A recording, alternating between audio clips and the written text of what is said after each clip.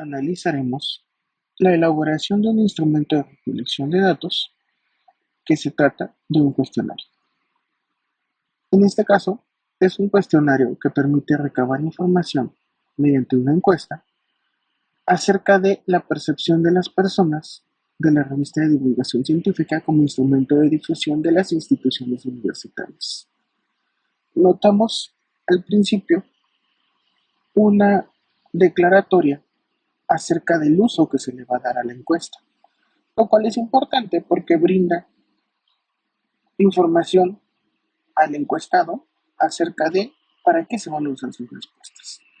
También en ese punto aprovechamos para colocar que los datos son totalmente anónimos y que únicamente se utilizarán fuentes de datos demográficos para la investigación.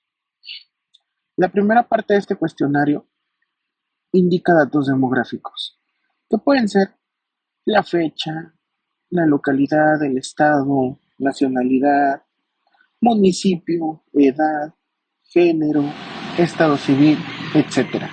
Por lo regular, en este tipo de datos demográficos, lo óptimo es al menos recabar edad y género para poder hacer un análisis más detallado respecto de estas dos variables.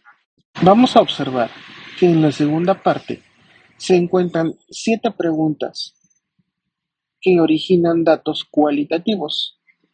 La mayoría son preguntas de sí o no y en algunas se pide que amplíen un poco más la respuesta. Esto es válido siempre y cuando también exista una parte de datos cuantitativos. Recordemos que en su mayoría es preferible recabar datos cuantitativos para poder analizarlos posteriormente. Sin embargo, existen algunas investigaciones que requieren de datos cualitativos para poder incluirlos en las conclusiones, además de los datos cuantitativos recabados. Bien, ahora pasemos a la parte 3. En la parte 3 de la pregunta 8 a la 13 tenemos una escala ordinal. Podemos observar claramente cómo tenemos los valores 1 al 5. Recuerden que esta escala ordinal es muy importante para poder obtener datos cuantitativos cuando las respuestas podrán ser cualitativas. Por ejemplo, analicemos la pregunta 9. La pregunta 9 evalúa algo cualitativo como la creencia.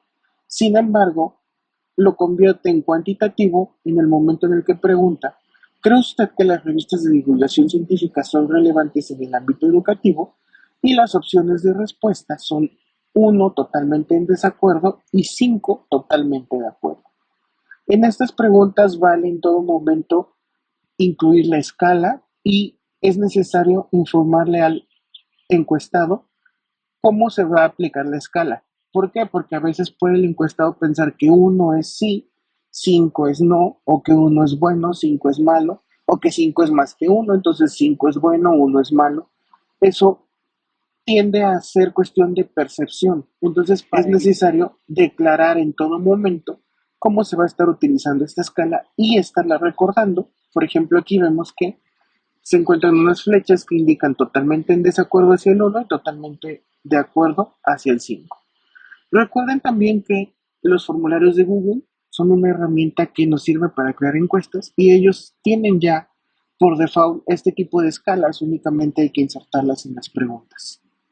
Así pues, las preguntas que ustedes planteen tienen que ser referentes a su tema, recabar información referente a su tema y no generalizar o no creer que ustedes están hablando en lo correcto. Recuerden que se trata de investigar. Por ejemplo, analicemos las preguntas de aquí. Estamos investigando la percepción de el usuario hacia las revistas científicas, pero en ningún momento estamos diciendo usted usa la revista científica para visualizar alguna universidad. Eso ya sería hacer válida la hipótesis antes de realizar la investigación. Es todo por el video de hoy. Espero que haya quedado claro cómo elaborar instrumentos de recolección de datos, en este caso la encuesta.